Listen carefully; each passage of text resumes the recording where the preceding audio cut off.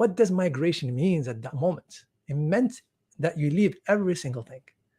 You leave your friends, you leave your family, you leave everything, you leave your wealth, you leave every single thing, and you leave the coziness of the tribe, even if you are a dissident in that tribe. Nonetheless, you're still part of the tribe. So many Sahaba had an easier time in Mecca because they belonged to stronger clans. But those who don't have anybody to support them, or they're weak, they are in the lowest caste of the tribe, they got it really difficult. Like Sidna Ammar, like Sidna Yasir, like Sumayya, like Sidna Bilal, the lower caste got it difficult. But those who belong to a higher caste in the tribalist system, right, got it much easier. Difficult as it was, but much easier than the war. Well, because of the strength of their clans. Now you're moving out of the support of the clan. To understand the culture of the Arab, if you are not part of a tribe and you're tribalist, you are in no man's land, you are fair game. You can be enslaved, you can be, migrating means going to the uncertainty. The only thing you have is the word of the Prophet ﷺ and the promise, his promise. Is a promise that has never been done before. You have a promise with the Prophet ﷺ, and that's it. There is no precedent before. You're going, and it's like somebody throwing himself from the 100th floor, right? And doesn't know if there is a safety net in there or not. This is how migration seemed for a lot of Sahaba. That's how migration was for them. You're going to this new place. You don't know these people. You lost the support of your tribe. You lost the support of every single thing, and now you're just going. You don't know if this is going to work. You lost your trade, your money, your wealth, all of that, and you're going to a place where you have no idea. You're going from a place that is based on commerce, which has some economic model that is different than Medina. Now you're going to an agrarian society, where people are different in their customs and their habits and so on and so forth, and you have to adjust. And that's why it takes Sahaba a while to adjust to Medina. First, just the atmosphere of Medina was difficult, so they had to sacrifice a lot. So for us to understand, what does migration mean? Migration was to build a model and to sacrifice every single thing for it. It was not for just a personal gain.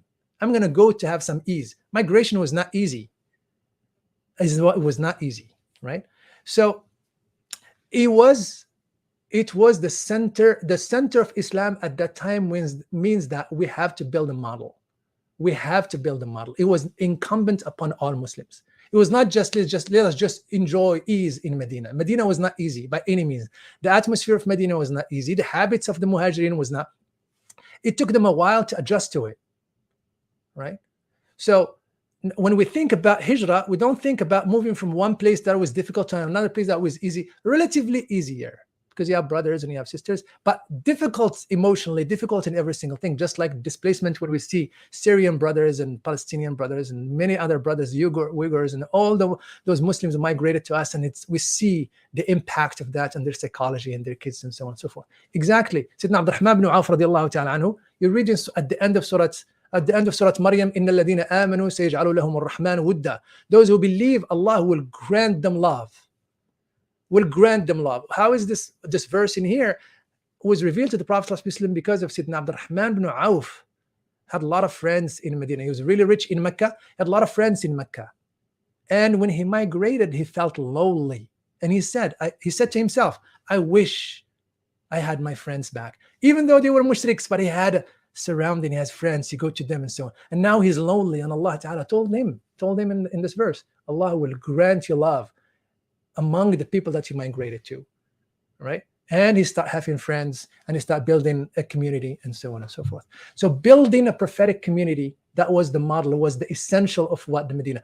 Working on putting to practice those ideals of Islam was at the core of what the Hijrah happened, why the Prophet ﷺ made that Hijrah. The sacrifice was at the core of it. It was not for ease. It was so he can convey the message.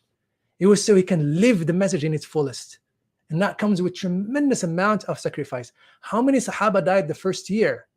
The Baqi' itself, the Baqi' that we go to and visit the Sahaba, visit the companions buried there, the Prophet ﷺ purchased it because one of the Sahaba that he loved so much, Sayyidina Uthman ibn Mad'un, died in there. The first one to die in Medina, Sayyidina Uthman ibn Mad'un, he bought the Baqi' for him and so on.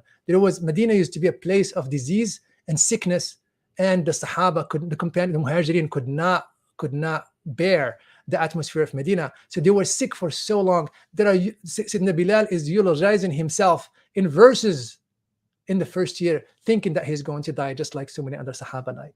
So the idea that the idea of migration was not and so many Sahaba migrated, ladies migrated on their own. There is Surah Al-Mumtahina is about the ladies who migrate on their own.